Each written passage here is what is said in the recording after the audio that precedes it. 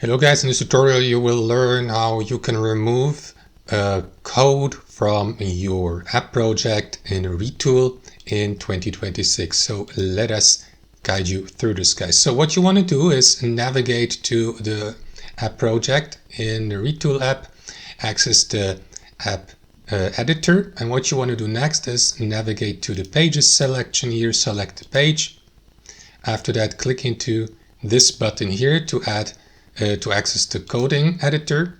And here, guys, you will see the codes you have applied to the given page. Or globally, I have applied this JavaScript query to page number 2. You may add another one by clicking into that plus button and select the type of code here, like a data resource query or JavaScript query, and so on and so forth. So click into the given code. You will see the code then here. We see that example, default code here. So under resource, here you may edit your code.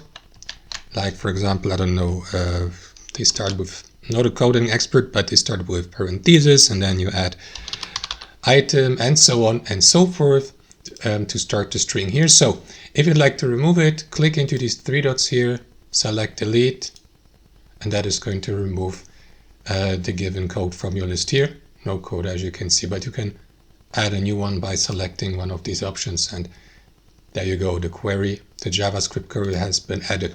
So guys, that's it. Thanks for watching, and I'll see you next time.